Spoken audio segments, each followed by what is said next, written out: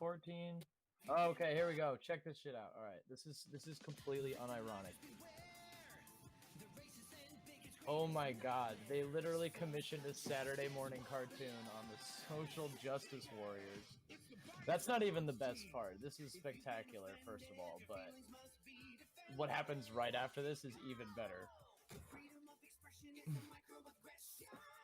Just pepper spray somebody. Hey, that's me! I'm Antifa Andy, or whatever the fuck. What's his name? Antifa Freddy. Oh, well, at least give him an alliterative name. Name him Andy or something. Good God. Oh shit, the ethic enhancer. I like him, yo. He holds the power to see racism everywhere. Who are the first two pink people? Are those the safe space people? I mean, they're all safe space people, right? Isn't that the whole point? Woo! Hell yeah! Get triggered! Let's do it.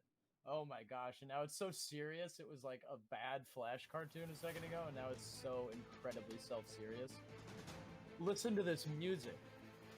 It's like, okay, so they commissioned a fake, like, Saturday morning cartoon opening, and then they have this, like, complete unironic opening. Ben Shapiro. They got, first of all, let's see who they got on the fucking thing. Hold on, let's see. Ennis Prager, the devil himself, the devil incarnate, Adam Carolla, a lost ex-liberal who fucking doesn't understand, fucking in total idiot, a spineless loser, and the dweeb, Ben Shapiro himself. My wife's a doctor, blah, blah, blah. Yep. No safe spaces. I can't believe that they made that joke and then they. Oh my god, is that a green screen or is that real? They're in a garage. I'm Dave Rubin. Holy shit, Dennis they're in a Prager, garage. Adam Carolla, and Hold Ben on, Shapiro. I gotta add you might have heard of these subtitles. people, possibly. Maybe. What we're doing today they're is auto-generated. a live stream to All talk right. about the No Safe Spaces Maybe. movie, but more broadly to talk about the things Is this that not the movie? we're kind of all talking about all the time. And Hold I don't on. mean just the four of us. I mean everybody In case really this in the gets, United States and all over the world. This crushing subtitles on free speech that you guys playback see, speed not only in the college 1.25, but all over in the corporate world. Because this is an hour. This is 2 hours and 13 minutes. In the cultural sphere, everywhere, everyone seems to be afraid to say what they think. And I think, the last three guys who aren't afraid to say what they think.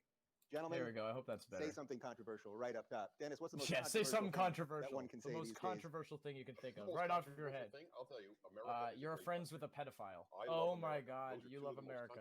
That is pretty controversial.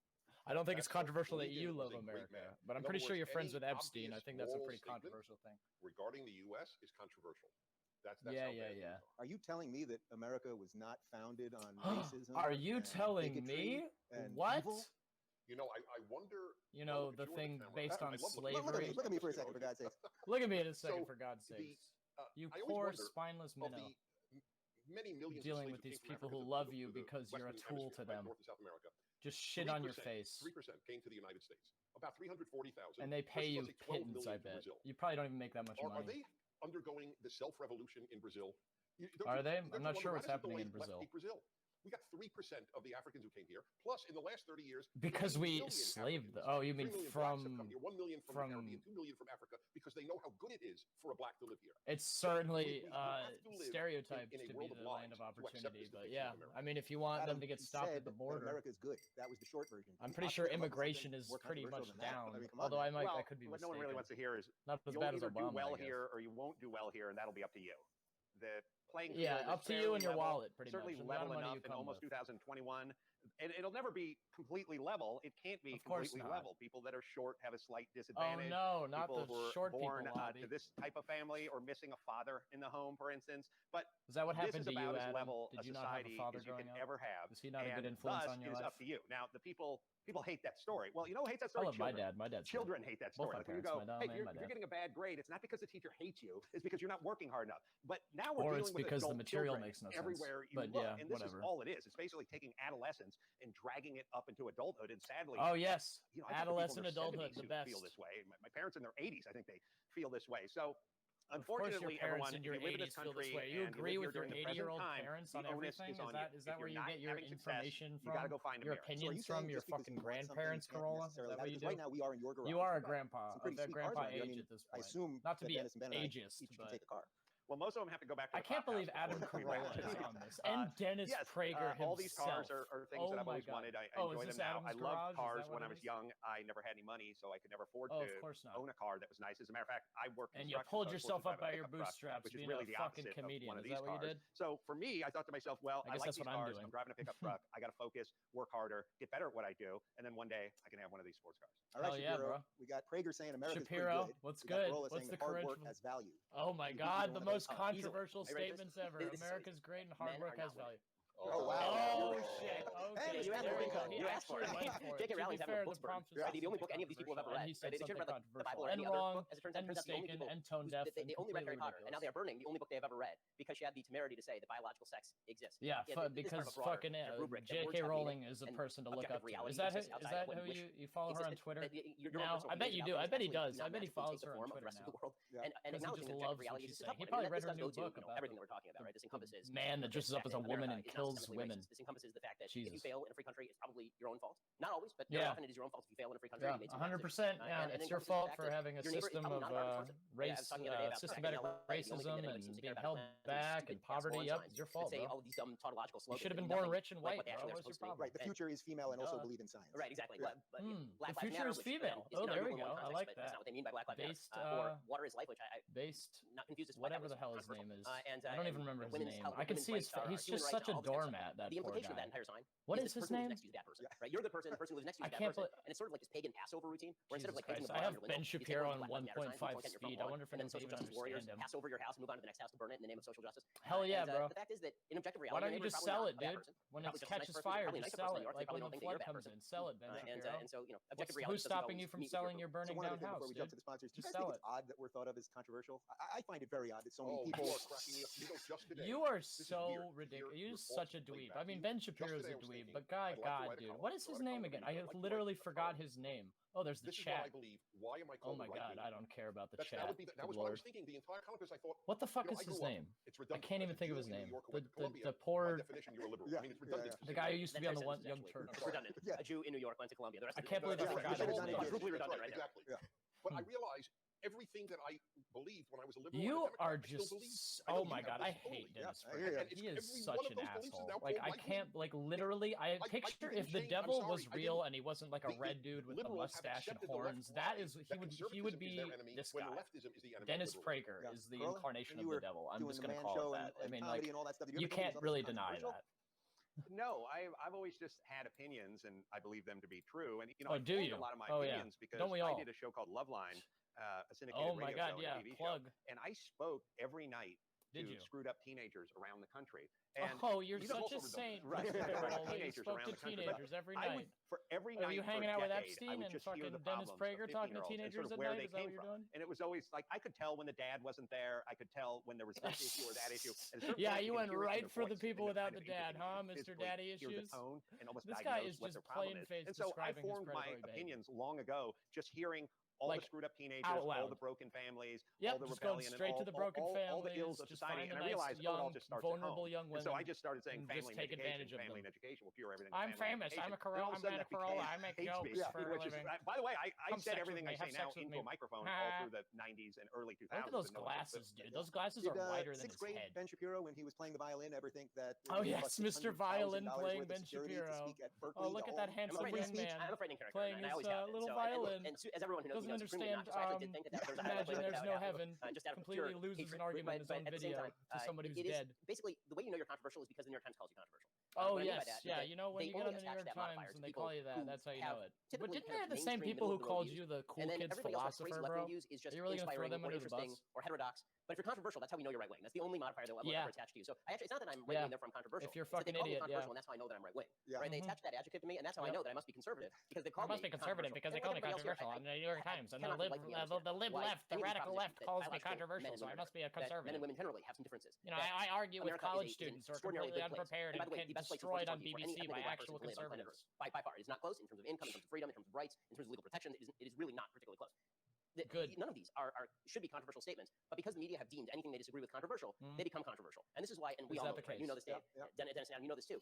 When people actually listen to your show, they will come up to you after the show and they'll say, "But wait, I thought that you were super controversial, right? I thought that you were super hateful, and you were super radical." You pull out your, let's say, for the sake of argument bullshit. Let's imagine this. People come up afterward from the left and be like, "I don't understand why it costs $600." I don't either. It's just because they decided that if you disagree with the general kind of democratic left view of the world, then you are inherently controversial. For the record, I did not know that I was. Aren't you the Democratic right? Until the New York Times put my face are we bashing democracy now? Are we at that point where we can officially bash democracy live on had to call me on the internet?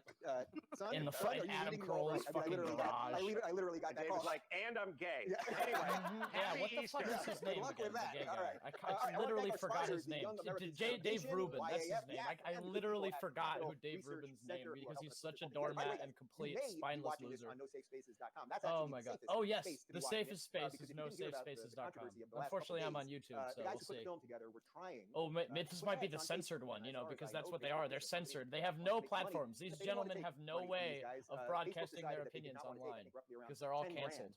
In advertising funds because they did not want people to see this movie. So if oh my god, they didn't want people to see it. Oh shit, they pulled a they're pulling an interview where they canceled the premiere big tech maybe because they didn't want us to see the cancel con. Maybe Dennis, the big tech is not our friend, is not the friend of PragerU.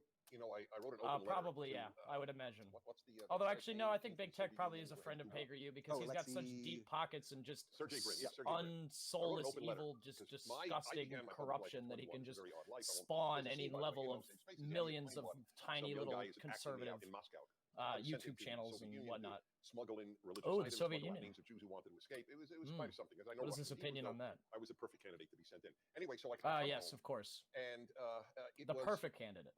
Dennis Prager. When I think about it, I worked very hard to get Soviet Jews out of the Soviet Oh, Union. I bet you did. I may be partially to get Jews out of the Soviet Union. You're really going to come. You're going to claim that? I need to look that up. Hold on. I need to genuinely look that up. Fuck. All right. Hold on. I need to make this Control-C. I need to look that up. What the fuck is that claim that he's talking about? All right. So now I'm going to look up on Wikipedia. All right. Dennis. I am convinced that that is not true. Dennis Prager smuggling Jews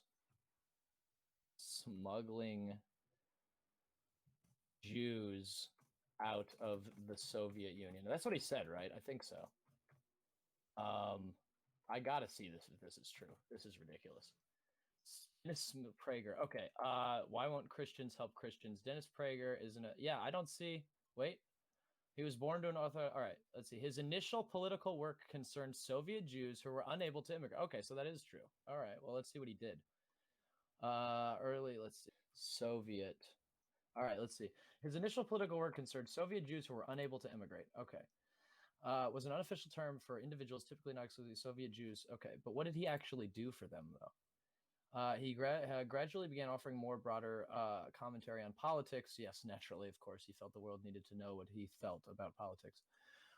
I don't see anything about it, and I'm kind of trying to watch the video, so I'm just going to take his word for it, I guess. So, all right, based Dennis Prager for smuggling Jews out of the Soviet Union. When I think about it, Jesus. I worked very hard to get Soviet Jews out of the Soviet Union. Oh, did you? Partially or directly responsible for Sergey Brin, his family Please out of the Soviet pat yourself on the back harder. And the irony of life is he is creating a Soviet Union in the place he escaped to leave the Soviet Union. Who is doing that? Who is doing that? A Soviet family getting out of the Soviet Union. Partially or directly responsible for Sergey Brin, getting out of the Soviet Union. All right, who's Sergey Brin? I gotta look that up. I can't even look that up because I can only share one screen at a time. Hold on. All right, let's see. Let's see. Sergey Brin. All right, I'm gonna look him up and let's see. Control. All right, Sergey Brin, Wikipedia. I'm just reading it on another screen. Sergey Mikhailovich Brin, Russian, American, and software engineer and internet operator. Larry Page. He co-founded Google.Brin. Was the president of Google's. Oh, good for him. So what is he doing? Disaster relief squad. I don't see anything about him doing any like bringing socialism into the United States, but okay. I did only look for about 30 seconds or less, so perhaps I'm missing something, but yeah, hold on one second. fighting a Soviet Union in the place he escaped to leave the Soviet Union. It shows how profound communism's effect, even on some of those who left it. Those dirty commies implanting ideas in your brain and making sleeper agents. That comfortable with it. That's what I realized. To screw America after it has saved I'm listening. How do we screw America? As low a level as a human can get. That is Sergey Brin. Oh, that's mean, Prager. Why would you say that? It pains me in my heart. When I think of the he's just sad. He feels bad for him. You know, he worked so hard to bring these poor Soviet Union Jews out of their hellhole Stalin land. Which is another story, obviously. And now they're just remaking it. Poor Dennis. Oh, no. The guy must be like does to be care him. about free speech, So but he was intimidated by the New York Times. They started saying, this stupid idea that he'll let any speech like your boy Ben Shapiro over there? It's a stupid idea to the left. Yeah. Free speech is a stupid idea. That's the level we're at. All right. Well, let's. Oh my let's God, we're actually. Oh my God, I can't believe I forgot about the opening thing. Free speech. Oh my God, what is this? 2016, 2015? Like Jesus Christ, who the fuck is talking about free speech anymore? You guys are just You're not even dog whistling anymore. You just say absolute abject racism, and you just get upset when people don't like it. That's Texas A&M. There's a logo right over there. Oh shit! Look, people talking. Oh my God, are there people watching? Oh wow, these are the audience of CancelCon. There we go. That's better than that weird show with Jesse Lee Peterson. You're still allowed to have balloons. You're still allowed to have balloons, guys. That shit's weird. Absolutely incredible. Yeah, it's a strange thing that the things that we talk about are thought of as controversial, and that it is really strange that a gay man will class traitor and do himself such things. Hold on, I have someone that wants to ask a question. What is your question, my friend? The basic premise of it is that Charles Boyd, who plays her husband, is trying to drive her absolutely off the wall. And what is your question, Mr. Dark Sage? And then he tells her that he's not turned down the gaslight. And that's where the term comes from.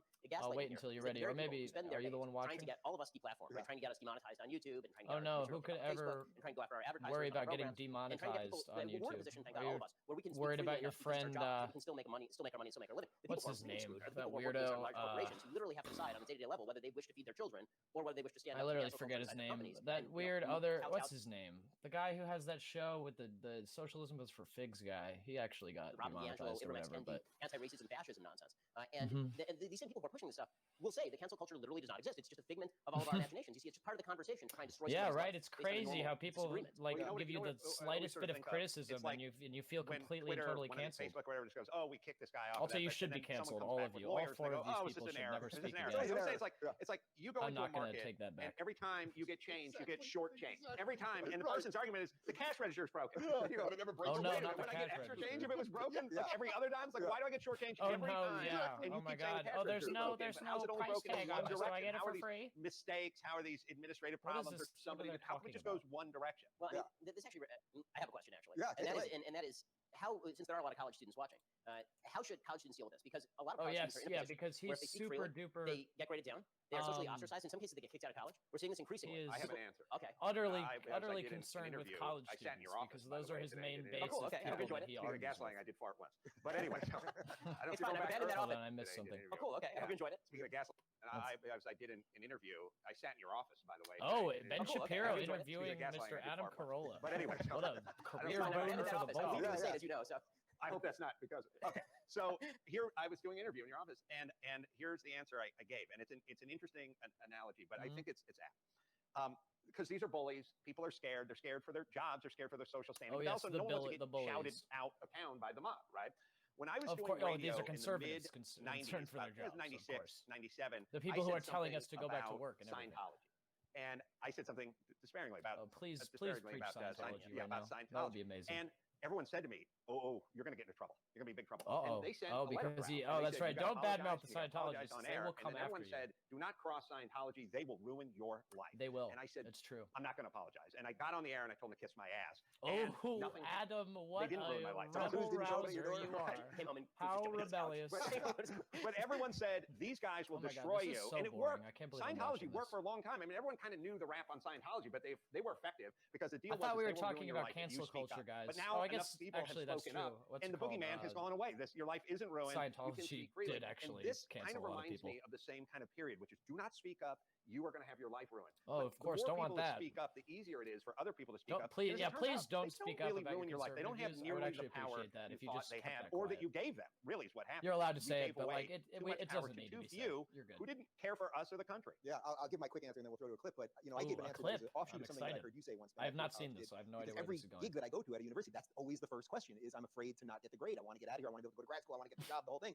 And I used to kind of say something like, well, you could just suck it up for now. That way you can get into the grad school that you want. You hopefully do it. And I said, right. Yeah, just pull yourself up by your bootstraps. When you say something that's not quite right, you just don't feel become right top of your class and then get a scholarship or a predatory loan that you can never pay off. And if you get bankrupt, just suck it up for now. That way you can get into the grad school that you want. You hopefully do it. And I said that a few times, and it felt thin to me after. You know when you say something that's not quite right, and you just don't feel right after. I bet you feel that a lot, David. I bet you have that feeling a lot. Quite right, and you just don't feel right after. And then of course, is that a feeling you've experienced a lot, Dave? The truth. And I thought, all right, I have to give a better answer here, a more evolved answer. And I started saying, you must speak up now. You will never be braver than when you're 18, 19 years Dave. old to say what Brave you think. Dave. Maybe a friend's going to turn on you, your professor Mr. may turn on has you, to whatever stand it is. up for But you don't himself, suddenly otherwise people he think, feels I can just suck it up for now, and then when I get out of school, I'm going to suddenly tell the world what I think. When I have a mortgage and a car payment and a wife and a kid. That's what you did, isn't it? Else. That's what literally everybody on this fucking panel did, didn't they? Especially Ben over there. Interesting segue to this clip from No Safe Spaces on victimization. Oh, that's right. This is the. My kids have spina so this is the real movie. Think of themselves as victims. I can't think. So you would rather they had a horrible disease, and actually they'd rather they were a victim than thinking you're a victim. And I learned something from listeners that You know what's even worse when conservatives think that they're the victim? When they make a whole panel about how they've been canceled on YouTube and broadcast it live, and they just complain about everything. I would rather they had spina bifida than complain that they had for victims. Jesus, I don't know if I really wish that. I don't actually know what spina bifida is. Oh, it's JP. All the things to tell anyone ever about anything. That's got to be bottom of the list. Oh, no, that's bottom of the list, yeah. Here's what our job is as parents, as educators, as politicians. What is it, Corolla? As cops and lifeguards. Oh, our job is cops to and lifeguards. They're not victims. Bringing the lifeguards into the cops. To a kid who is confined to a wheelchair, don't worry. Aren't people who generally deal with cops and lifeguards victims, especially lifeguards? People drowning. It's not going to hold you back because you have the heart of a tiger. Yeah, just drown. You have the heart of the tiger. Keep going. What we're doing now. Swim, damn it. Learn to swim now or never. Convincing them they need to use the handicap ramp. Oh my God, yeah. Don't let people who are drowning think that they're drowning. Tell them to pull themselves up by their bootstraps right out of that water. You get the entire documentary at nosafespaces.com. I bet that's copyrighted. It's a wonderful movie. I mean, I know you two down, created it, so it's a little silly for me to say that in front of you. I always tell people I'm in a great movie. It's not a great movie because I'm in it. I'm not Mr. Humble. I guarantee it is not a great movie because you are in it, David. I adore this man, and working with him is a total joy. I'm working with everybody. Oh, I'm so glad. Just jerk each other off more, please. It's truly live on camera. It'll make you laugh. It'll make you cry. But it'll affect you. It'll make you laugh. It'll make you cry. Oh my! It belongs in Sundance. So many awards. I'd like to thank the Academy. This is a perfect example. Oh my God! You're the people why people think Jews run the media. Jesus Christ, Prager. And I'm in classical music. Why people think that? Certainly. Well, I am not one of them. I conduct orchestras periodically. And so I'm friends with people in major I am friends with So there's a guy from the San Francisco Symphony, one of the greatest orchestras in the country, says, hey, we of course. Here, a couple of us from the orchestra. Uncontroversial. This is not controversial I'm still like a kid. Members of a great orchestra want to have dinner with me. I'm so excited. Oh my God, those poor children. Come to dinner with me. And my God, you could not pay me to actually, unless I could spill a drink on him or some shit at some fancy dinner with Dennis Prager, make some weird fucking like you can do it speech, and then oops, I spilled my drink on him. You will get flack, as you pointed out. As you did, it will, and then it will pass, and so it is. But to hide your whole life, I'm not judging anyone who does. They may lose their job. That could happen. It does happen. But oh my God, they're talking about them. Fucking and you will find allies. A woman wrote to me, I won't say which orchestra, one of the top orchestras in the country. And Toledo Orchestra? It's in that area of the country. Oh, wow. Toledo Orchestra it was. Good guess, Mr. Corolla. Viola. Oh. Viola. Sorry. So this woman writes me, I am in this orchestra 35 years. No one knows I'm conservative. That's very sad. I want to jump back for a second. Jesus Christ, what a crime, what a tragedy. I've been in this orchestra for 30 years and nobody knows. I'm a conservative. You have changed my life, Mr. Predator Prager. Be happy at the end of it. Prager the Predator. And I've found, as I've now hung out with some of you crazy right-wingers. That's what I call you crazy right-wingers. You guys are oh yes, happy, because he's supposed to be on the left. Interestingly, he's sitting on the right-hand side. If you think if he was trying to LARP as a left-winger who's enlightened centrist or whatever, you might as well put him in the middle or on the left side. Mr. fucking Shapiro all the way on the left in his favorite spot. Exactly. Yeah. Do you know? I just wrote this up. I wonder if Dave picked the seats. Told everybody where to sit just because he's so excited to put this on. Honestly, I feel bad for him. He is a spineless loser, and it's his own fault completely. But you know, if he or she is happy, pity is pity. I have batted a 1,000 on this. They are Republican. And by the way, I believe that's true for a gay. I have batted clue for me, Dennis. That's all. But if a black caller calls up, if he or she is happy, I have batted a 1,000 on this. They are calls up. Obviously, if they're calling you and are happy, they're 100% conservative. What the fuck are you trying to say here? Do they have kids? What is it? What is this point that you're trying to make? I just wrote this up. In 30 years of broadcasting, it's sort of a game I play with in my own mind with listeners. I try to. I think, is this person married? Do they have kids? What religion are they? Just picture their whole life. But if find out how close they are to your socioeconomic level. They are. Oh my God! If somebody calls into my show, PragerU, and has happy, I bet they're conservative. What a fucking crazy, risky thing to say. Oh my God! There were no happy leftists. What a crazy bet. How happy could you be if you thought the Earth? You know, I have my 14-year-old son. The one that's on fire. Does he know how much time he lives on? Hey, you'll never see your 26th birthday. How happy would I be? How can you be happy if the caps are melting and the sea is rising? Yeah, I mean, you're literally living in, you are correct, apocalypse. sir. How could you whistle Dixie? It's a very good question. Dennis, I want to a lot of money for your show. So piles for your entire piles of career, cash, as far as I'm aware, the only way that you can feel that way. Right? It's always seemed to me that the difference between and the ones destroying the the earth perception of happiness themselves and the leftist perception of happiness is that for conservatives, happiness is a byproduct of purpose. And for leftists, happiness is something that you shoot for, and because if you shoot for happiness, you can really never achieve it. It's really not. What are you fucking talking about? That doesn't even make any sense. Hold on. What the fuck does that mean? What does he say? Is that for conservatives, happiness is a byproduct of purpose. And for leftists, happiness is something that you shoot for, and because if you shoot you really think leftists don't have purpose? The people who stand up to you fucking people and like protest you and everything like that, we don't have purpose? It's just a byproduct of other things. These people just don't understand what they're talking about. I don't. They can't possibly. That's their whole career is not understanding it. Because if they understood it, they would understand why racism makes sense. Fills their lives with purpose, but they're not happy. But it would take away their precious. I used to spend a lot of time with these people. They're miserable. I assure you. Can I float a theory? Because I grew up with these people too. But and I gave started people to think health about, care. Purpose. You know, happiness is empty calories, and purpose is like, you know, steak and potatoes kind of a metaphor. Oh yes, I yes. Of course, the conservatives take the steak and potatoes, while we leftists eat our empty calories and soy milk. Right? Are we going to bring up soy too? With our social justice warrior talk from 2015, 2016. Tasks and then completion of tasks. So I'd say we got to. Oh yes, getting shit done. That's praxis. And then when we had it Shearwald by lunch, I had a good lunch. You know, and I realized it was like beginning, middle, end. Start this task, complete this task, have satisfaction and pride, and move on. This is such. I can't believe I forced myself to do this. This is crazy. I was excited about watching this. This is incredibly boring. I can't even. You're going to run on for your entire adult life, or it is getting rid of gender inequities, or if everything that's not purpose to you. Was a bridge achieving like equality of opportunity is not a purpose. You don't think that we can't like that's not a goal that we have. We just a nebulous idea. Right? Because this is what they think of us. This is crazy. Racism still exists, so it's just projecting. I mean, what is their goal? Their goal is money. There is no goal. There's no end goal. Even if you have a they're completely reversed.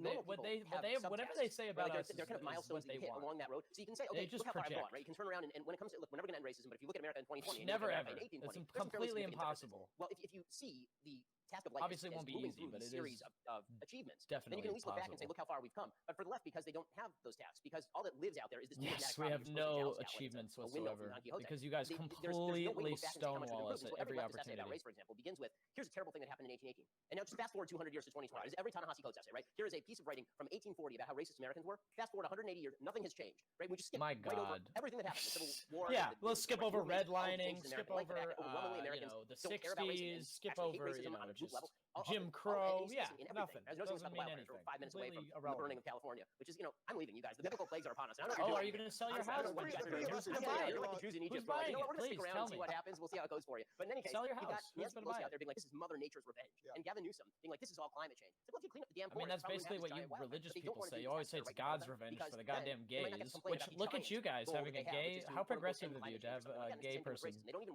in your vicinity. Well, also think I mean, you step on him and use him as a footstool, but you know, at least he's there.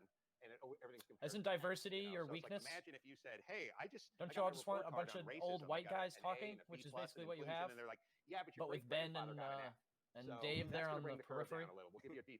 You know what I mean? Like, how unsatisfying would that be? Which is like, I'm living in the present day. I think I'm getting pretty good grades. And they're like, right, but you have some people that have been dead for 100 years who are in your family who got bad grades. So that's going to reflect upon your report. Yep, that's what socialists want. Yep, they want you to definitely, you know, move things around to accommodate dead people. Obama guy ran his first term against gay marriage. That Barack Obama guy. Yeah, who's that strange? No one's ever heard of him. That Barack Obama guy. That crazy wild man. When this film was made, this is about that interview, I think. This film, about 3 years ago. This piece of filmic and at art. that time, everyone kept saying to us, it's just on college campuses, and everyone kept saying, you guys are exaggerating. Now, I guess this is a little bit, you know, a pat on our back. We were kind of right. Conservatives exaggerate. To quote Ben, did you impossible. Expect the disintegration to happen this quickly? The disintegration. Sort of collapsing at once right now? Really? Who could have predicted this? It couldn't have been the oil companies in the 70s when they came out with projections of what the climate change and the environment, how it would be. Like an exaggeration. Nobody knew. Now it happened. Whoa, who'd have thought? The truth is, when I started radio, I debated with myself.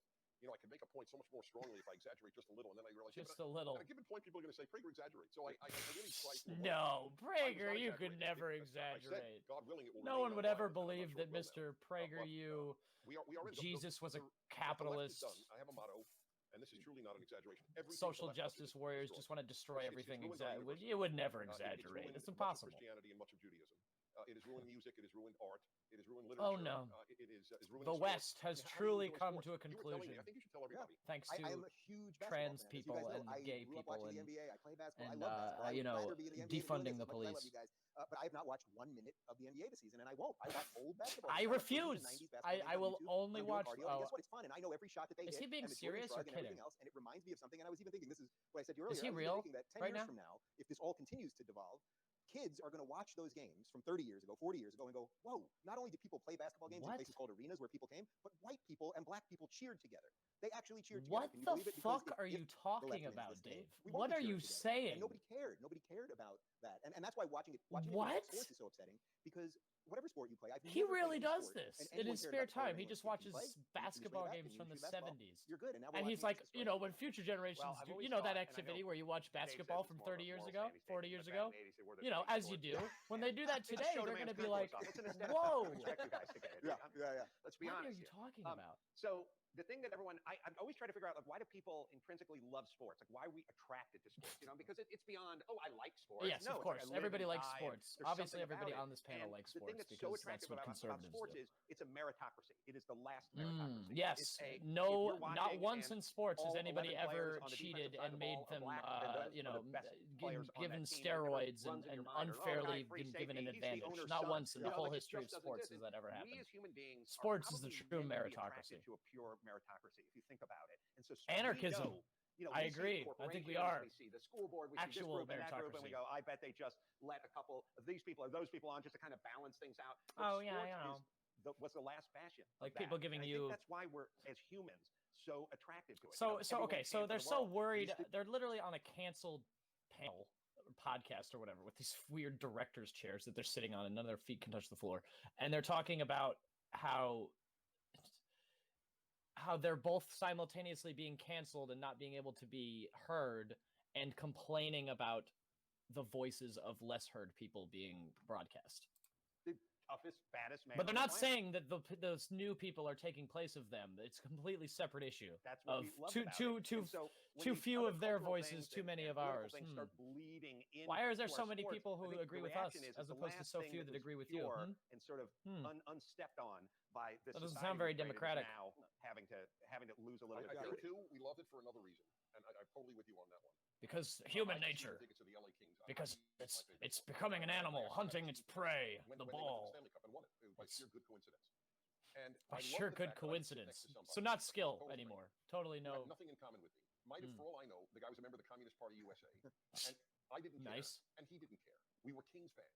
It is the yes, place that to be rich dude in your where you're fucking all cheering sports together, every box, color, every race, who every is a religion, communist, everything. 100%. You don't give a Yeah. damn, and the left has ruined it.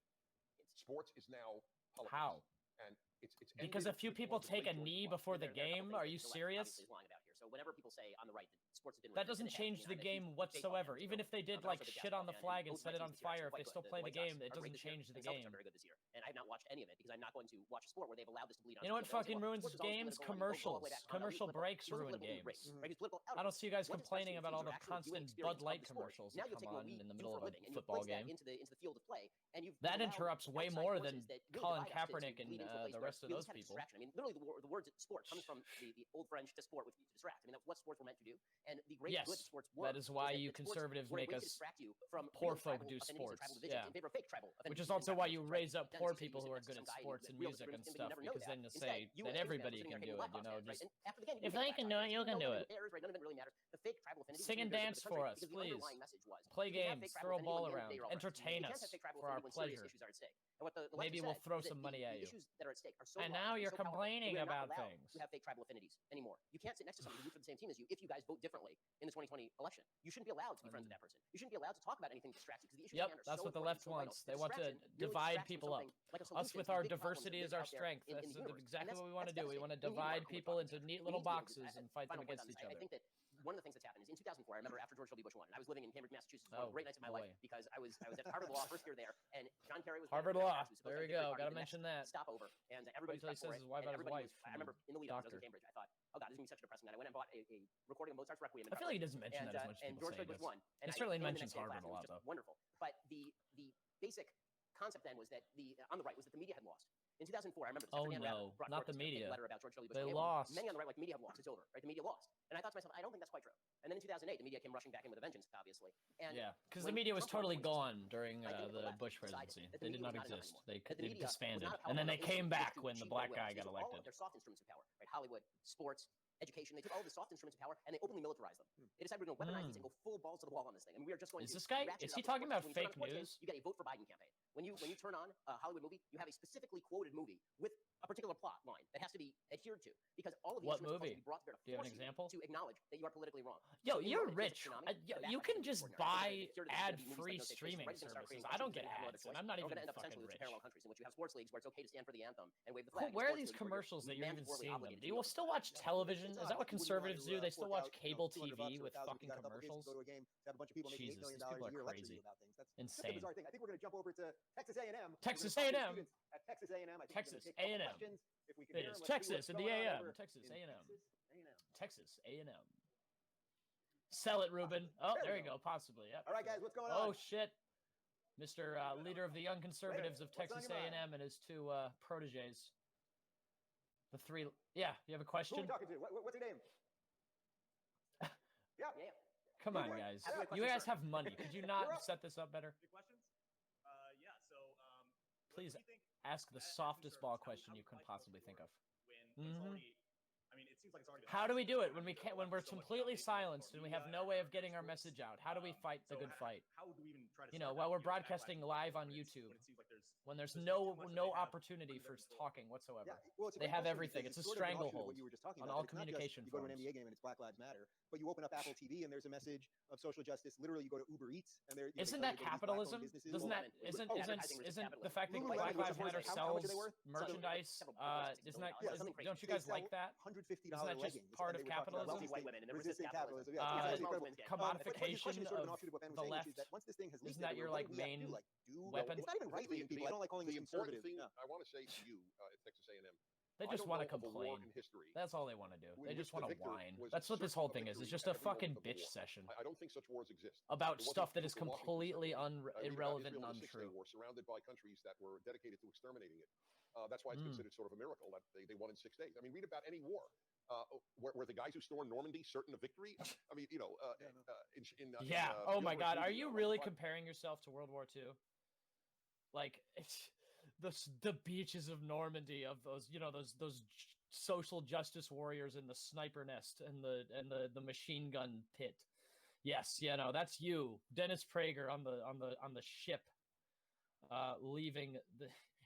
landing on the beaches of Normandy, defending America. You fucking Private Ryan, Saving Private Ryan. Disgusting you see garbage. the guys, understandably, peeing in their pants. No.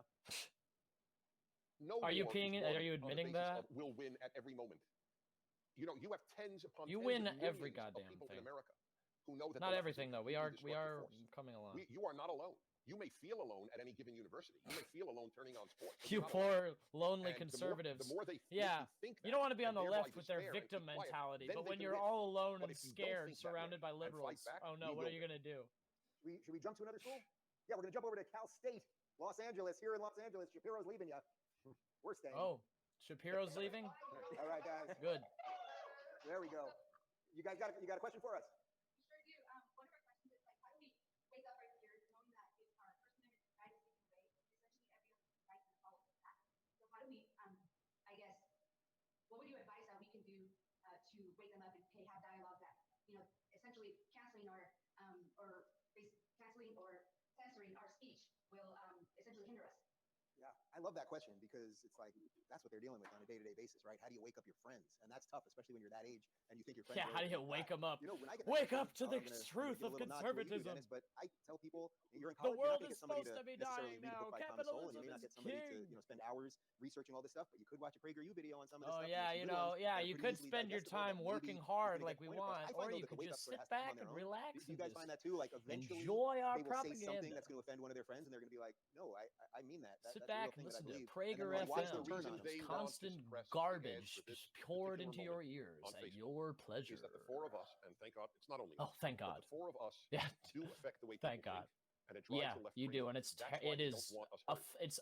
offensively crazy how that you actually are able to convince people with your complete and utter non-truth and garbage. They never debate. I have offered $10,000 to any New York Times columnist to debate me on any subject about America. 10,000, and I'm sure. Yeah, I got to start writing for the New York Times. Or to have I would love any black to do that. Lefty debate Larry Elder or Candace Owens. Why's he got to be black? Black? They'll never do it.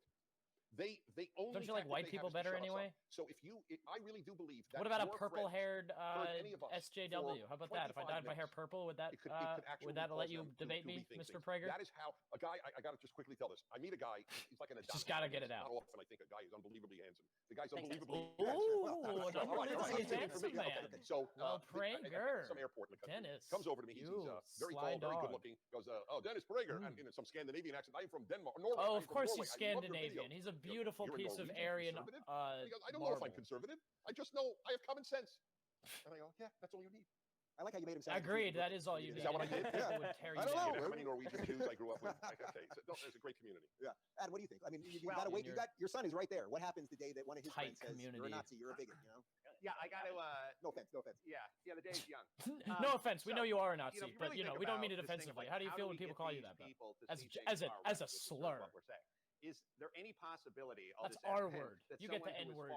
Could get you to see things their way when it came to many of the subjects we discussed, taxes, for instance, finances, the big shit, taxes, those things we don't like, robbery, stealing, the government taking my money. The notion of burning calories, trying to convert. Oh my God, what is with you and emptying burning calories?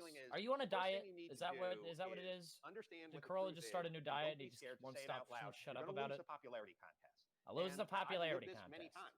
Many times. Life. Me saying, here's how it is, and everyone. Here's how it is. Me going, you're putz. Jesus, shut up. his and I go, voice is I'm sorry. That happens to be the way it is. That's the truth. I know it. So that's the world is on fire. This is the way it's supposed to be. Your life. You start capitalism. The there is no alternative. They see you. Neoliberalism is the best thing that was ever invented. Interact with other it is human nature. Completely natural. You conduct yourself, and then essentially you just are the person they would like to be. And by the way, you're the neighbor they would like to have because you're the decent person who picks up. I cannot imagine anyone who would want to live next to Adam Carolla. The person you disagree with. Besides a fan of his. Which is something I've never engaged. I bet none of these guys would want to live next to Adam Carolla. The more people are going to. They're like, that's 100% true. And I totally agree that the first purpose in any conversation, the first thing you have to do is gauge whether the conversation is worth it, because you only have so many breaths to spend on this planet. Yeah, am I going to win this? Am I going to completely destroy this SJW? If not, I'm out. Does this British conservative know more about conservatism than I am? I'm out.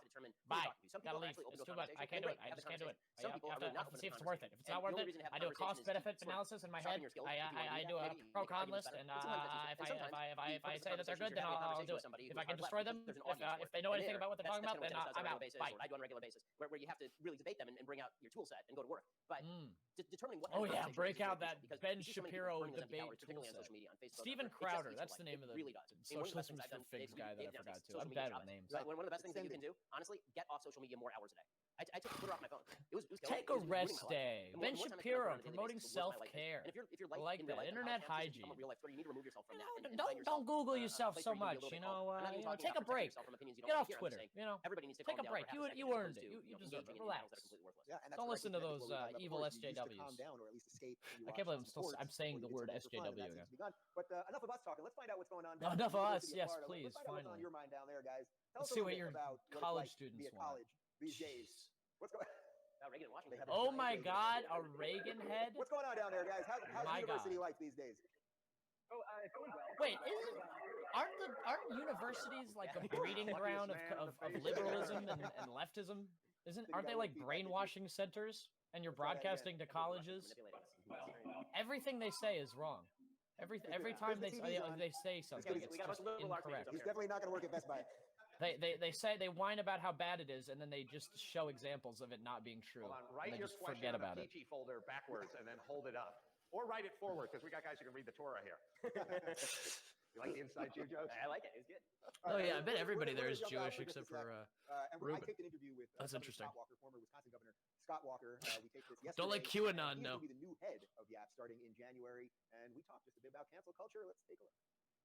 Governor Scott Walker, welcome to CancelCon. Great to be with you. Thanks for having me on. Oh my Now, God! first Who off, is this poor you've got an person? American flag behind you. I'm fairly certain you can be canceled for that these days. So you're, Oh my you're really God, sticking yeah. it to the people Canceled, that no don't like the American flag. Huh? You gotta have I actually say British the pledge, and Irish. individual. You know, I Those are actually the talk only about one flags you nation can have under these God, days. not just American, the pledge, but the whole thing correctly. So yeah, I could be canceled out completely with something like that. Oh, man, yeah, dude, so really canceled. Going for it. You're So on there's a live couple things stream I with want to Dave talk to you Rubin. about. It's about as Starting in canceled as 2021, it you gets. are going to be the president of YAF, Young Americans for Liberty. But before we get to that, Young what sort of Americans for got you Liberty. interested in Young the idea Americans of cancel Foundation. culture, free speech, this sort of culture Where's your war boy that we're seeing? I know Joseph? you've been through the battles as governor, but was there British like a guy. specific I don't know incident his name. that really got you interested in this? Well, I've seen it over the years. You're Guy right. Much of what we're thinks experiencing in America conservatism today is across punk the board. rock. I mean, remember, the Occupy movement didn't start on Wall Street. It started on my street in Madison, Wisconsin, where we had over Madison, 100,000 people Wisconsin. occupy our state capitol for months on end. Oh yeah. But we saw it on our college campuses. I it saw was it terrible. personally. All where I would try to come those and lefty speak at events, antifas. not just Oh on yeah. campuses, but Outside elsewhere, of our where people would shut us down and try to stop our things. schools, I looked it at was the just time terrible. at Just some terrible. Oh no. amazingly some surprising campuses. Certainly what was happening at Purdue under Mitch Daniels, but even the University of Chicago, Princeton, some other places that had some pretty eye-opening policies. You know, Scott everybody Walker, I don't proclaims know who that that book they're for free is or who's speech, on it. but unless you put some teeth behind it, and we really pushed the University of Wisconsin and our region. We aggressively push free speech. Yeah. What kind of leverage do you think the We governor want and the states have arguments with the all state the time. universities? Because We we've want watched fighting. virtually every university, public and private, just be decimated when it comes to defending free speech. Even University of Chicago that you just referenced, they were one of the best on this. And in the last couple of days, they've issued some statements that they're backtracking on some of this stuff. What are the levers that a governor can pull? Free marketplace of ideas for the state colleges. Well, the power of the purse in this instance, even though the power public of the institutions purse. don't rely solely on state aid, in fact, over the past couple decades, they've gotten less of it. The fact is they still can't live without a substantial investment for not only the four-year, but for the two-year campuses and all the other programs that are part of that. They can't rely, they can't survive, if you will, without relying on the state government to be a part of that. And so what governors can do, what state lawmakers can do, is say, hey, you've got to have true free speech, and not just free speech policies. You've got to enforce it. If someone violates that, there's got to be some teeth to it. So there should be leftist ideas in every discourse. You get one warning, and after that, you're expelled if you don't abide by the free speech. All My right ideas to need speak to out be shouldn't be stopped by somebody else coming on stage bad ideas and need to be preventing me from shut speaking. down. Vice versa, if I don't like a liberal, I can protest. I just can't stop them from speaking. Yeah. Where do you think this started at the university level? There's this constant debate whether it was the students that brought it in, whether it was the professors, whether it was the administrators, whether it was the donors. Do you have a sense of where it got in originally? Well, I think it's all the above. And I remember Bill Bennett years ago, Secretary Bennett, decades ago, literally, warned that the left was going to take control of education, higher education, culture, and media. And sure enough, that's exactly what they've done. That's exactly what they've done. That's why we're broadcasting but they live cancel from everything other else. from And that's where colleges I and make their the argument conservative as groups. governor and now in this new role. Those leftists just took over all the schools. I make the argument that going forward, even liberals should be advocating for the same things we are, which is free speech. Free speech should be guaranteed anywhere in this country, but most of all, it should be embraced on our college campuses. Sadly, it's not. And the argument I make this dude, there's no free speech on college campuses. You can't discuss from a liberal standpoint, the argument should be, hey, ideas should be open and free, and particularly in a college experience, you should have exposure to all different ideas so that you can defend those ideas. They should read Marx. That's not happening. If they should put that on the campus. All ideas. And then you know what? Put what's his name? John Locke on there too. Ayn Rand. Do you think that there's a reason that the liberals failed related to free speech? That the ACLU, that used to be a free speech organization and was adamantly liberal, has now become a leftist organization that's in many regards against free speech? Do you see that as like a fundamental difference between conservatism and what has happened to liberalism? I can't believe they're still on this free trend in speech history, whether it was bullshit. the Soviet Union, it's not just a difference of opinion. When one side, those of us on the right believe in the power of the individual, the power of the people in the true sense of not the government, but giving that power back to each and every individual. At the other side, they're conservatives. They're just stuck in the past. Ultimately, they just bring up the past. That's all they do. They can't handle the present or future. Power, not about giving power to the people, but about amassing that power. That's certainly what you see in places like Venezuela today. And so when it's all about power, then you can't have any opposition. You can't have any pushback. You can't have any alternative ideas. You don't debate them on the facts. Under that scenario, you completely shut them out of the marketplace of ideas entirely. And that's exactly what's happening. They just given up on the debate, I think, and said it's all about power. And whether it's a college campus, whether it's in social media, and then what do you know? They don't have as much money anymore. They don't just do it through the obvious ways, the heavy-handed fist that you saw in many communist parts of the world. They do it by trying to deem anyone who opposes them as somehow being an ism, racism, fascism, radicalism, without any regard for what the facts are. Yeah. So when you were governor, and you guys were are the fascists. At times fighting them up, like when they took over, the Capitol building and all that. How did you and your team and everybody decide to say, okay, you have to respect people's right to protest, but at the same time you have to do it legally and lawfully and make sure that you can't just have endless amounts of people constantly taking over whatever buildings they want to for whatever cause that they have, whether it's just or not. Well, that's exactly right. We learned a lot. We went and helped other states like Michigan went through a smaller scale that a few years later. We walked them through how to do that, how you keep the law, but how you don't allow them to take things over, because no one ever expected on the front lines of Wisconsin, Senate Democrats would leave the state. In fact, one of my favorite bumper stickers after this was all said and done was one walker beats 14 runners. But we just stayed the course. And the best thing is we went out and talked to the people. I remember a good example, and this is where the national media. They're definitely the fucking. We would do a press conference every day. One day when we had something like 100,000 protesters in and around our capital, I think it was the NBC reporter said to me, "Well, Governor, don't you hear all those people out there? Don't they have a right to be heard?" And to your point, I said, absolutely. In America, that's the beauty of being in this country. You can protest your government. You can speak out as long as it's done safely and reasonably. But you can speak out. Of course, as long as we can ignore you, then go right ahead. As long as we can completely forget about you and not put any light on you and not deal with what you actually saying, and you do it right in this designated corner, we give you permission, then go ahead. Do you sense that right-leaning people, then, because of what you just laid out about the levers of power and everything else, whether you're a conservative or a libertarian or an old school liberal, whatever it is, that we're all sort of at a disadvantage in this battle because we don't want to use the state to accomplish things. So the other side in this regard, that's their goal. I mean, it's the stated goal. We want to use the state to get the things done that we want to get done. People on the right, they generally shy away from that. So there's an asymmetry in this battle, which is why right now so many people on the right are the ones talking about free speech, although in the past, that's not always how it's been. Right, yeah, when I grew up, even before that, I went to school in the 80s. I think about those in the 60s and the 70s, many of whom are the professors who are stopping free speech right now, but they were the ones taking on the establishment. They are the establishment right now, but you're right. Those of us on the right, because we believe in the individual, because we think that true freedom and prosperity don't come from the clumsy hand of the government. They come from empowering people to live their own lives and pursue their own dreams through the dignity that's born of hard work. A lot of people who are back in their homes working aren't every day figuring out new ways to get the government and government throw yourself out there in the coronavirus to drive their agenda. That's all to make money for your boss. We're having right now. That's to freedom. Inform, to educate, and to motivate people to get out and say, hey, you can get involved. You don't have to do this 24/7. You don't have to do this for a job. In fact, America was built by people who were citizen lawmakers, by people who stood up and said, and slaves, servant leadership, I got to do something. And then, even our great first president, George Washington, went back home to Valley Forge. He could have been king. He could have been president for life. But he understood, not just for his own sake, but for the future of this great country, he had to establish the standard of passing it on to the next person. We need to do that. We need to motivate people to get up, to do their part, to engage, and then train others, which is exactly what I'm looking to do at YAF. Train the next generation of freedom fighters. Oh, yeah. Those freedom fighters who wanted slavery. So even though you are not the president of YAF yet, you still got a couple months. I'm going to ask you the number one question that I get from college students when I speak on college campuses. And I've gotten this question at events that were in partnership with YAF. So let's see if you give an answer that's close to mine, and we can unpack it from there. So the number one question I get is young people will say to me, I'm in a class right now, and I know that if I voice my opinion, and often it's not political class, it might be a class about dance theory. I mean, it could be having nothing to do with politics, but they'll say, I know if I voice my opinion, that might be more libertarian or conservative, right-leaning, whatever it is, my grades are going to suffer. And when I started getting that question, say 4 years ago, my answer used to be, well, you know what, just suck it up and wait till you get out because you don't want it to affect grad school and your job and everything else. And I've completely flipped on that now. Yeah. And I'm wondering what your take is, because you're going to be leading this organization. So many of the people that are part of it. This is their number one thing, being able to speak freely on college campuses. What would your advice be?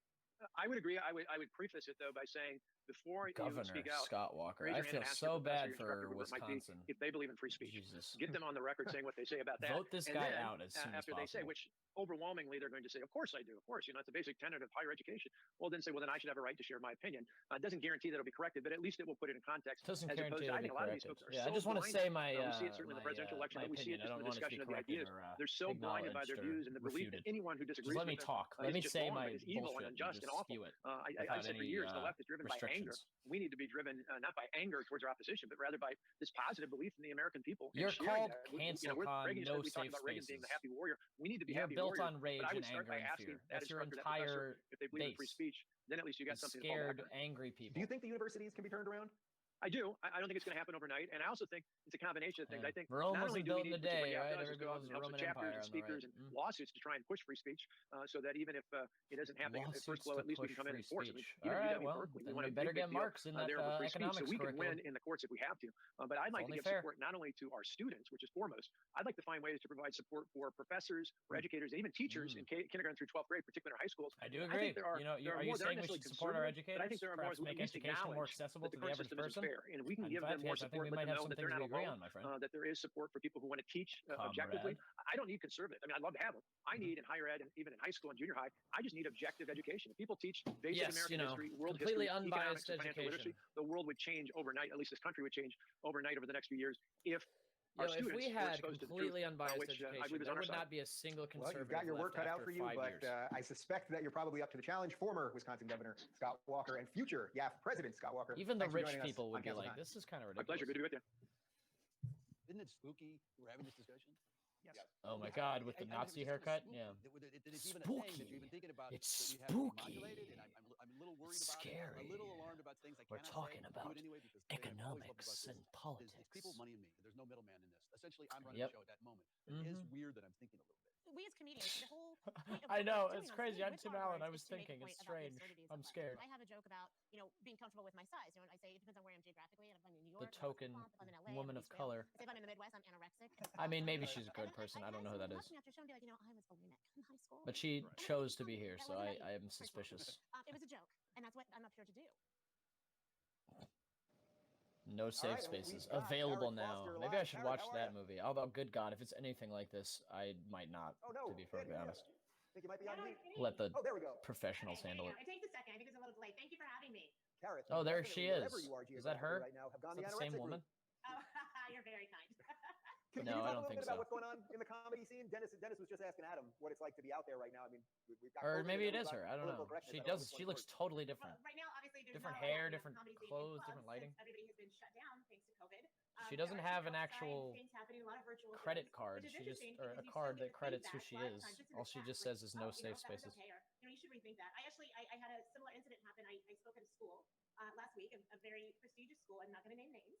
And the dichotomy of it was fascinating. I had an American student tell me that one of the jokes An American student. kind of piggybacking on the weight joke about a fat cat was offensive, and I should rethink it. And I had a Pakistani student reach out to me not long after and say, "Thank you for using your humor. Thank you for your commitment to free speech, because I don't have that in my country." And it blew my mind. Please, please use your free speech that we don't have in our country throwing it away. What do you make of the state of stand-up in general? I mean, press white supremacism. Please, that's what we need in our country without free speech. We need people like you to champion fascism. Because if it's not for you, who will do it? Who will do it? Truly. Let their true opinion shine, which is so sad because that's the antithesis of comedy. You guys were speaking earlier about speaking into your truth and this personal responsibility that we all personal responsibility. Yep. Should absolutely that's what the greats did. Maybe you should take some responsibility for the wealth that you're stealing from the workers. Their souls on the line. Although maybe not her. It's a shame that comics today are feeling like they directly at least or can't do that because of the reactions and the backlash they're afraid they'll receive. Yeah, Adam, I feel I should let you jump in and offer a little comedy. Oh no, they don't want to. They don't want people to respond to them with free speech. I'm going to Arizona tomorrow. Really? I'm doing 4 shows. I've been to Texas. Doesn't that? I've been to, doesn't people? Doesn't you sharing your ideas and so people anyway, disagreeing with you? Isn't that kind of the foundation of free speech? Is that not what you're asking for? So I say, when I have an elderly mother, and I go, the good news for me is I don't have to visit she lives in North Hollywood. I don't have to visit. I bought my mom a house. Well, good for you. And I'm this close to convincing her the virus can be spread over the phone. Oh, so now you want people staying inside. And then everyone says from to your me, mother-in-law. why would you say out loud you don't like your parents on a show that's openly on the internet? And I go, because my parents would never watch a show I was on. I can say whatever I want. Kareth, what's the closest you ever got to being canceled? Have you had the joy of being canceled? Yeah. So I actually was at all of us have been completely, undeniably silenced. How have you? Has that happened to you? The importance of humor and why we need to keep it and embrace it and have it in all of our lives. There were 17 people in the club. 300 people showed up to shout me down. Oh, wow. The good news is because I'm, charming. What were you saying? I was able to kind of quell the audience, and I literally said to them, you guys are spending a lot of money to come to this institution, and the fact that you are going to miss an opportunity to really get higher education, to be exposed to new ideas, to broaden your horizons, like, isn't that the point? Yeah, like conservatism. Like, why would you do that to yourselves? And don't you all also believe that everybody has a right to have their voice heard? And I didn't get a boo, a hiss, or nothing. And in fact, people came up after the show, thanked me for coming. Some people even wanted to join the group because they didn't even know what the group was about. They just heard their friends say, "Oh, well, we can't let these people have this person." And they had. Oh my God! People dogpile on random ideas. What a fucking concept! I thought it was a huge victory on my part, and a huge victory for free speech. And if we can have more, a huge victory for free speech. Not just try to reach their minds with their heart and get them to understand, as the student said, that once free speech goes, it's going to be a domino effect. So how did you win? Did you convince them with your words, or did you just get them removed? Yeah, I remember doing stand-up one night, and I used to. I believe she probably said she convinced them. I don't know. On your radio show, Adam. I used to do a joke that involved the N-word, and it wasn't to be racially offensive or in a pejorative way. I was doing an impression to make fun of that involved the N-word, and I used to do a joke. Jesus, Dave! Oh my God, you fucking. I used to do a joke that involved the N-word, and it wasn't to be racially offensive or in a pejorative way. I was doing an impression. Context to make fun matters. Of people that use words like that, and for about 5 years, it would get a huge laugh. And then I remember one night I was on stage at Gotham Comedy Club in New York City, and the crowd they all froze like all at the same time. And I remember what in my was head the joke? I'm never going to tell that joke again. And that's a pretty dangerous place for a comedian to be. I mean, was it a good joke? For anybody to be. Even The Guardian, which is on the left, said this is ridiculous. We can't discuss. Is it making fun of rappers or something? Like, what could it possibly have been? That are in there. I asked on my show, why can you say kike? Kike is the N-word about Jews. And by the way, you should be allowed to say it, but not. Who is saying obviously that? Not to call a Jew that, but to say what the word is. No, it's. This is all. Look at how holy I am. It has nothing to do with real morality. I wanted to say something. I don't know if you guys know this. You know nothing about true morality, Dennis Prager. You know nothing about that. Wherein a company, I think a hair salon, put out an ad. We would like someone, who knows hair, and is happy because it's important to our customers. And they were attacked for discriminating against the unhappy. What the fuck? You saw this case from USC where a professor has now been suspended because he was trying to explain how people use. To be fair, I don't like liberals either. Yep. I mean, if this is true, that the word in Chinese, I'm sure greatly exaggerated, but this guy who clearly was not saying. That's why we leftists don't get along with the libs either. For not saying the N-word because he was speaking Chinese. That's how insane things have become. But I think this I'm sorry, what? Was booted from his job. Right, but in Chinese, the word that sounds like the N-word. This guy, who clearly was not saying the N-word, was booted from his job for not saying the N-word because he was speaking Chinese. That's how. By who? But I think this is I actually am optimistic about this part of the culture because the left by his boss. So obnoxious that's unbelievably boring. By the crazily boring to the point where you see mainstream customers who are certainly not on the right. What is the word? Comic cancel culture. You start to see it from people like Aziz Ansari. You're seeing it from Dave Chappelle. These are people. Is Aziz Ansari even still making comedy? And they should be annoyed with it because the left. I have a theory, and that is that the left was always humorless, but I think Trump absolutely took comedy. I think Trump. Yeah, well, the conservatives where the true humor is. The entire late night, which had decided they weren't going to make jokes ever again about Barack Obama. The hilarious conservatives. That's not allowed, right? Religious believers actually make jokes about God all the time. But if you're a religious believer in Barack Obama, you cannot make a joke about Barack Obama under any circumstances. And so people would say, like, he's not funny. Are you kidding? He was super funny. But Donald Trump is legit hilarious, right? He's hilarious from every possible angle. He is himself a funny person. His speeches are a long comedy routine, and then he's also unintentionally hilarious, right? Like from every angle, he's the funniest president we've ever had. I mean, it's not even close. And in a stand-up comedian battle, he would bury these people, right? I mean, it's just not close. And so they have lost the humor. I would love to see Obama do a stand-up to the point where you watch Seth Meyers and it's indistinguishable from watching Chris Cuomo or Don Lemon on CNN. And that's Mr. Drone Strike Obama. Like when the best that you have to offer is Hannah Gadsby doing anti-comedy, I think they're pretty much toast. Anti-comedy. Kareth, to use a little bit of cancel culture and identity politics against themselves, you happen to be black, you happen to be female. Do you think that has helped you as you said what you think is on your mind, or is it hurting you as you say what's on your mind? Listen, to quote my really dear friend Urshad Manji, she wrote the book Don't Label Me. I think it's insane that we think that people, just because of their color or their sexuality or their political preference, are monoliths. Or the fact that they want to lead to the death of hundreds and thousands of people so they can profit. It's just crazy to me that they would that they don't like that. Who doesn't like that? Why don't we support that? I'm common sense. Like that's what he goes, just common sense. Let's just exploit these people's labor and steal their money. Like it just makes sense. I want to be rich and let the world burn in my wake. Pigeonhole people. It's just the best way to go. Category, just based on our own needs for comfort, which is really what it is, right? Let's not, play games. I have no respect for this woman. It's a disservice to ourselves. We're missing out on opportunities for relationships, experiences, and opportunities. Yeah, I just can't get a date because I just don't believe in the power of labor workers. I just think that they should strike, and I think that they should protest in the corner and out of sight and just peacefully and just not let anything happen and change. It's all I ask. I don't understand why nobody likes me. I just can't. I don't get it. And yeah. Well, I was gonna say there is a time I did sense I thought about it because I had a joke about not sounding black enough, and it was why, because I enunciate, because you're a conservative. Sorry, that was. And my mother hated that joke, and my dad thought it was hysterical. My parents have been married 53 years, and I think it's like oh, good for them. Assume that all black people don't know who their fathers are. Like that. Screw you! Like how dare you? You know why? That's a stereotype. Because young black men, especially fathers, end up in jail. I also have a joke about being a Huxtable. That's how people could relate. Disproportionately. I can't use that by a huge margin, and are often killed. My Girl Scout troop. So that won't work. But I try to make this joke, and you still see people. I know. I just made a joke about how bad America is because young black people don't have parents, don't have fathers because they're thrown in jail and killed, and I just don't understand why nobody liked it, and I just wanted to make light of this terrible, tragic situation. And it's just not who I am. And it's just not my style. I don't know. I just can't do it. It's important again, just being true to yourself and not letting other people take that away from you. Yes, be true to yourself. Well, if you think about comedy, and so here's why make light of prison labor and slavery. Being politically correct and prison slavery in comedy, because comedy is really mostly about stereotypes. Like if you're making a joke about gay people or Jewish people, then you have to do stereotypes. It's true. You cannot possibly make a joke that does not have a butt. It's totally impossible.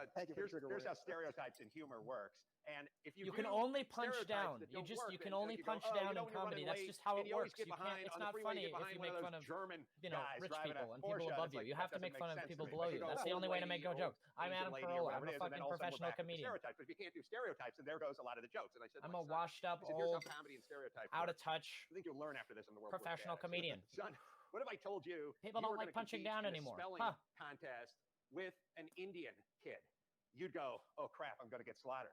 What if I told you that kid was American Indian?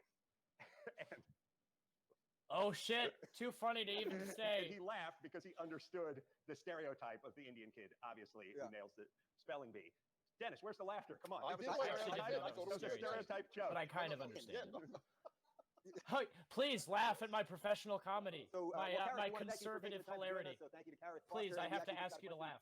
Please. On the online, because we're so fucking funny. The question basically is that there seems to be sort of an asymmetry in the way we fight this. That the left is constantly always fighting, always taking everybody out, and that sides, our side kind of doesn't. When is the last time assassinating folks, taking people out?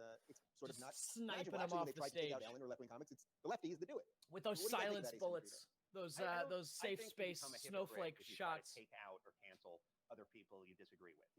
I get the part where you have isn't that literally what you guys are doing right now? Isn't that the whole point of this conversation? Where you have to sort of fight fire with fire, and I don't apologize for that reason.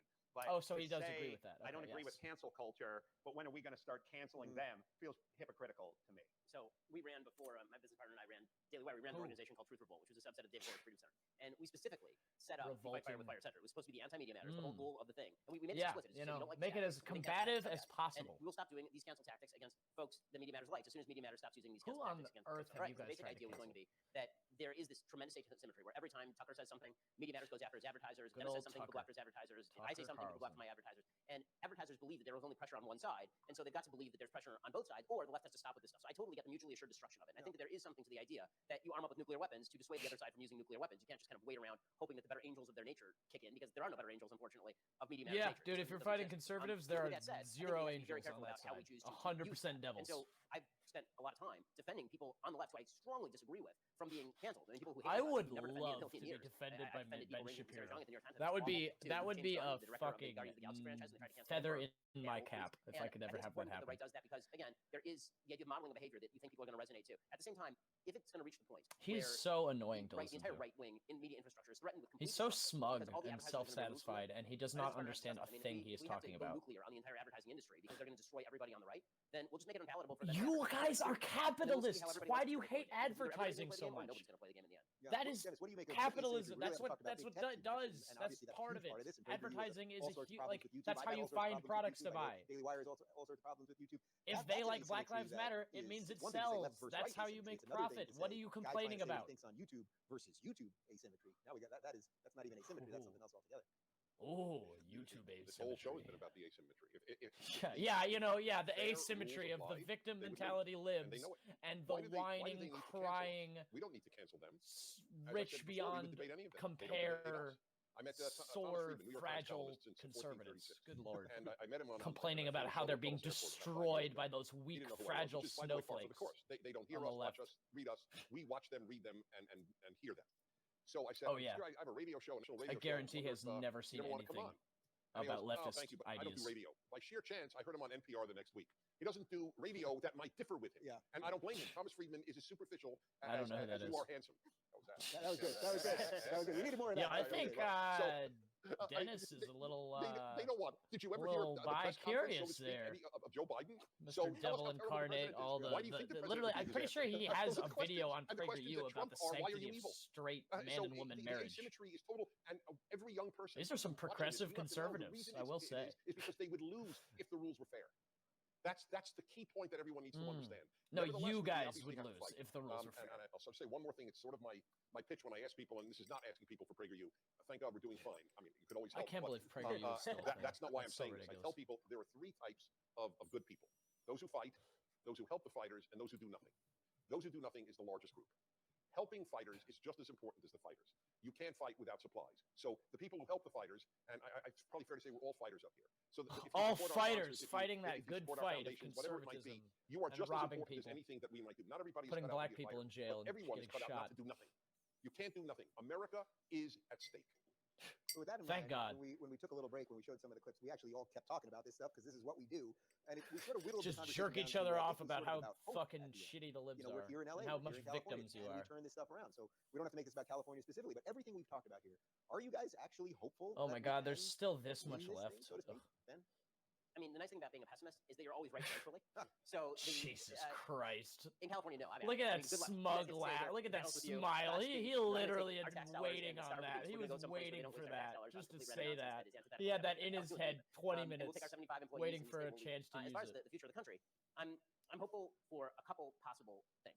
One is that there will be a backlash to this. I think that the left is so overstepped its boundaries. They've become so censorious, so nasty. Oh my God, they have stepped out of line too far. One of the problems right now is that because everything is you guys are the backlash. You know that, right?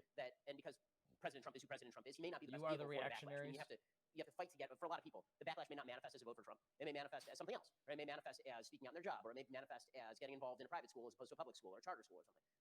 Or homeschooling, which is the big. These guys are just this is the crossing their fingers, hoping for a civil war. But to be fair, a lot of us on the left are too. I'm also hopeful that the right is going to, at a certain point, consolidate and realize the battle we're in. This is part of what we do. All of us. Yeah, because the right hasn't consolidated enough.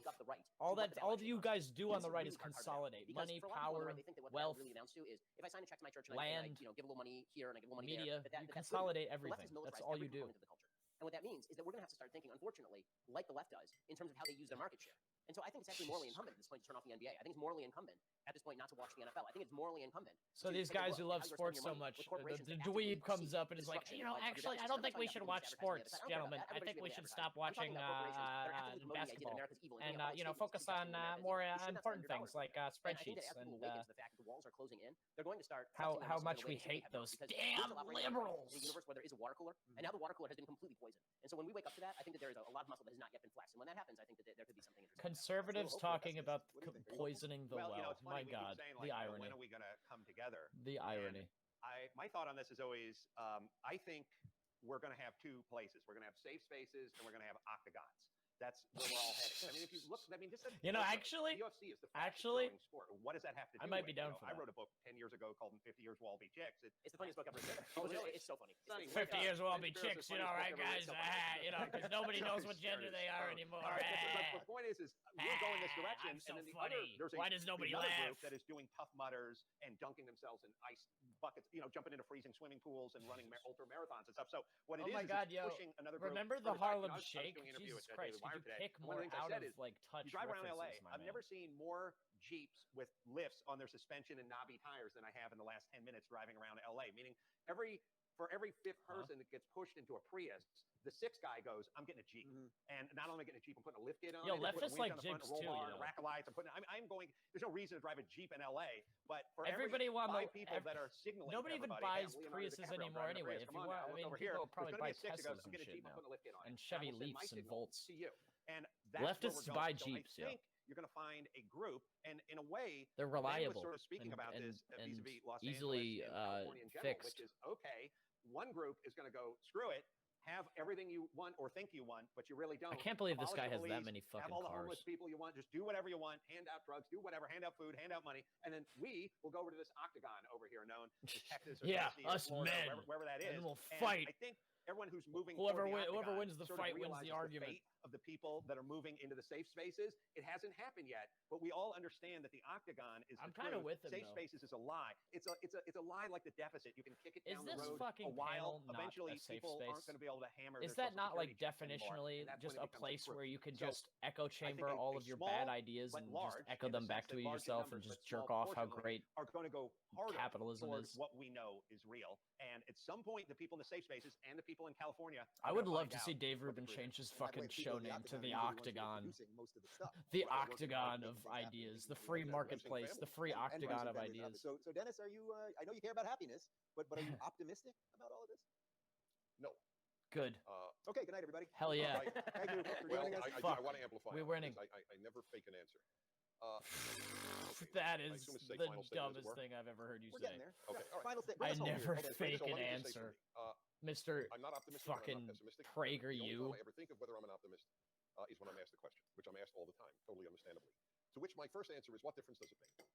I always have the analogy of the guys who stormed Normandy Beach. Of course, got to bring up Normandy Beach again.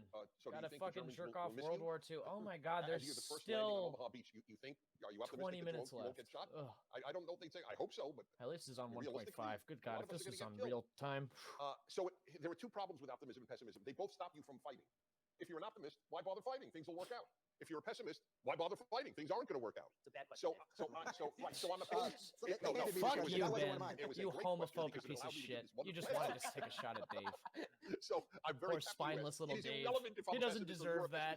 Yes, he okay, civilizations are fragile. Poor dweeby fucking Ben Shapiro has to take a shot at somebody to assert his dominance. The most advanced society in Europe went from Beethoven to Auschwitz. Now, I know half of American kids never heard of Auschwitz. I mean, college kids, according to the latest survey. It was a Nazi death. How are most of your followers the country that Holocaust produced deniers? Beethoven and That Goethe just and Schiller and baffles Bach, me. Also produced the death camps. If you can, there's no guarantee of any society staying wonderful.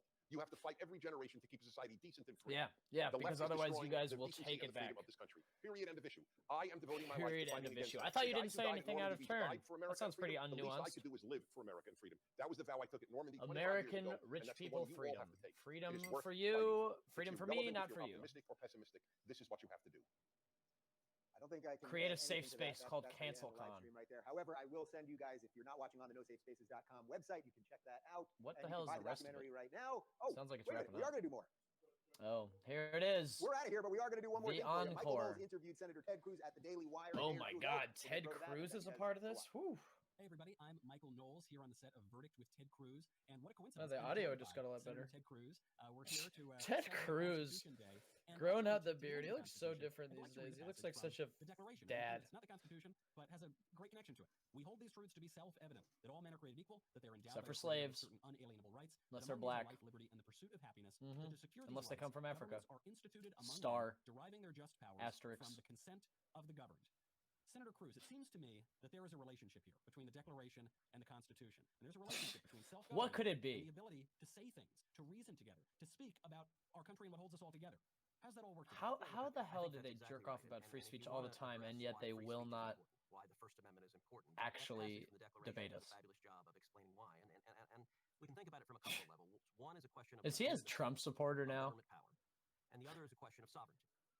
For most of recorded history, people had understood sovereignty as coming from the top down, from a monarch, from a king or queen. Yeah, right. Back in the good old days, huh? By God, with authority and let's bring it back to that, huh? Back in the monarchy days. Had to obey because sovereignty came from the sovereign. The Declaration and later the Constitution inverted that entire scheme and began with still had slaves though. Sovereignty begins with we the people, the opening words of the Constitution. Slavery's still a thing though. And that the legitimacy of government power kind of defeats the whole argument. If you have slavery, can't come from the bottom if there's people below you. To dictate their rules, you don't have any ability to argue. You don't have any ability to dispute. You don't have any ability. You don't have any say in it. Yeah. For the Constitution, if we the people are sovereign, then having a robust protection of free speech is how we ensure legitimacy of the government, because we, all of us, are the sovereigns, not whoever happens to be in the White House. All of us rich business owners, politicians, we are the sovereigns. As well, he referred to the Constitution as chains to bind the mischief of government. But for those chains to work, you've got to be able to call out the government when it's wrong. Free speech, right? When it wants to tax the rich, we gotta speak up. That is where consent of the governed comes, is the ability to challenge it. If you want to change our country, how do you do it? Do you decree? And if you look at the left and cancel culture right now, when they have an outcome they want to decree obedience. You must be silenced. I honestly thought he moved left because of Trump, but I guess I was mistaken. You will be expunged from society. That is the language of totalitarianism. It is the language of dictatorship. Fascism, conservatism. Power emanates. Whoever has the iron fist rules. You mean you guys? Speech is all about we the people have the right to you have we have the right all branches of the government right now. You're probably going to try to sneak in a new justice too. How can you possibly complain? And he's shouted down, or he's ostracized. Who's this poor guy? Out of the class or something like that. And we say, oh well, it's just one instance. He's not allowed to say this. Or you're no longer allowed to say some word or some idea to express. But that is actually a threat to our constitutional system. It totally undermines our constitutional system, because in a self-governing so such as ours, we should be allowed to protest. The way you govern is with words. Is that what you're saying? Loud? Yeah. Make ourselves heard. You know, maybe non-violently take a knee at a football game. Who knows? Citizens, and then hopefully we can then make some laws to govern as we would like to be governed. When you take away speech, when you take away our understanding of free speech, you wealthy people have no problem passing laws. Well, that's exactly right. And there's another. I can't believe I really want to stop watching this. And fear on I might as well finish it, but goddamn. Number one, fear. 10 more minutes. Ugh. If you're a socialist, if you're a Marxist, if you are listening, Antifa present, or BLM or someone else, all of those.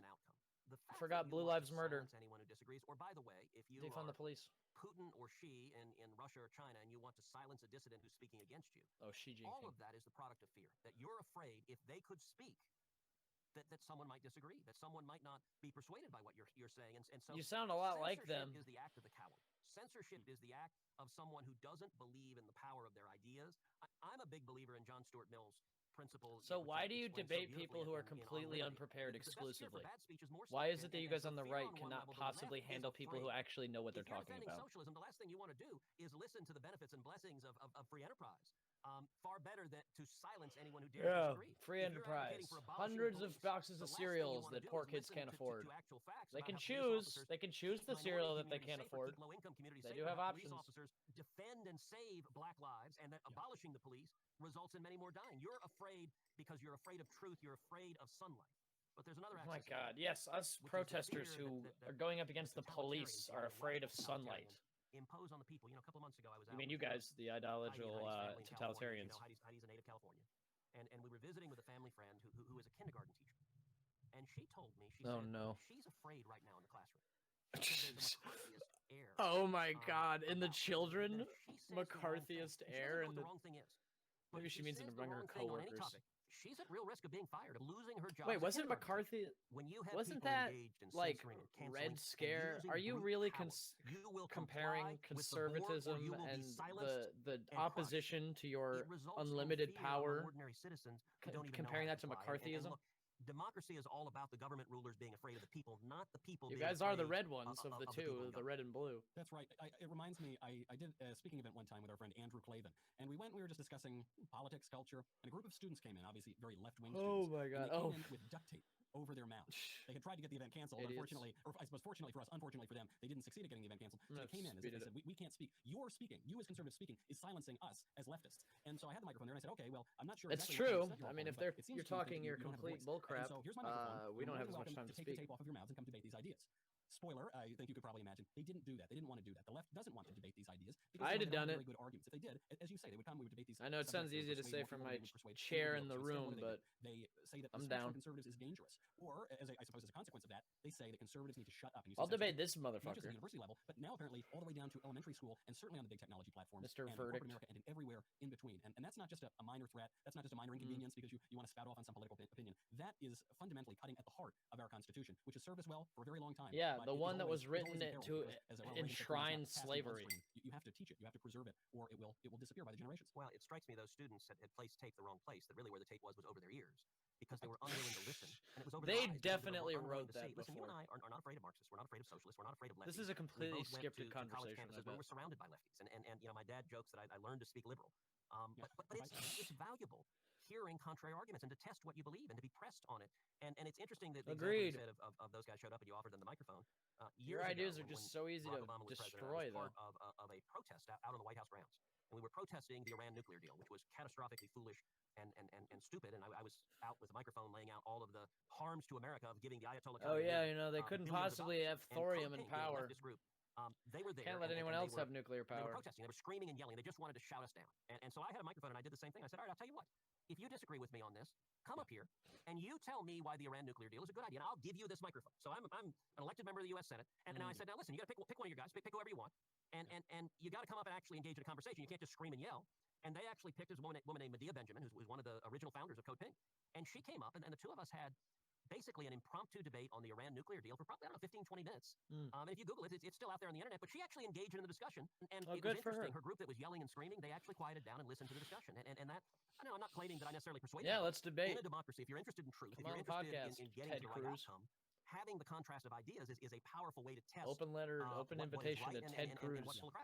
That's right. And that is the only way that we will be able to maintain this republic of ours. Thanks for tuning in to CancelCon 2020. Be sure to download No Safe Spaces, which is available across streaming platforms today. Happy Constitution Day to everybody, and long may she Constitution Day. This new politically correct tyranny. It's creating an atmosphere of fear and repression. It's gonna bust. Oh my God. Are waiting to dance Finally, the ad for the movie. Actually, this movie might be a lot more interesting. I must be imagining. I don't know why I watched this bullshit. You know why? Because I had to pay for it. This year's Oscars. Oh my God! Yeah, that was years ago. The type of diversity that they hate is diversity of thought. Do we need $600,000 of security to hear all of that? How long before they come for your job and for my job? This is why we're fighting. Oh, I for the can't soul wait of until we get a hold of this. Yeah, We're starting to rip this shit apart. All right, everybody. It looks like it's about over. Was that like the Batman theme? This is freaking crazy.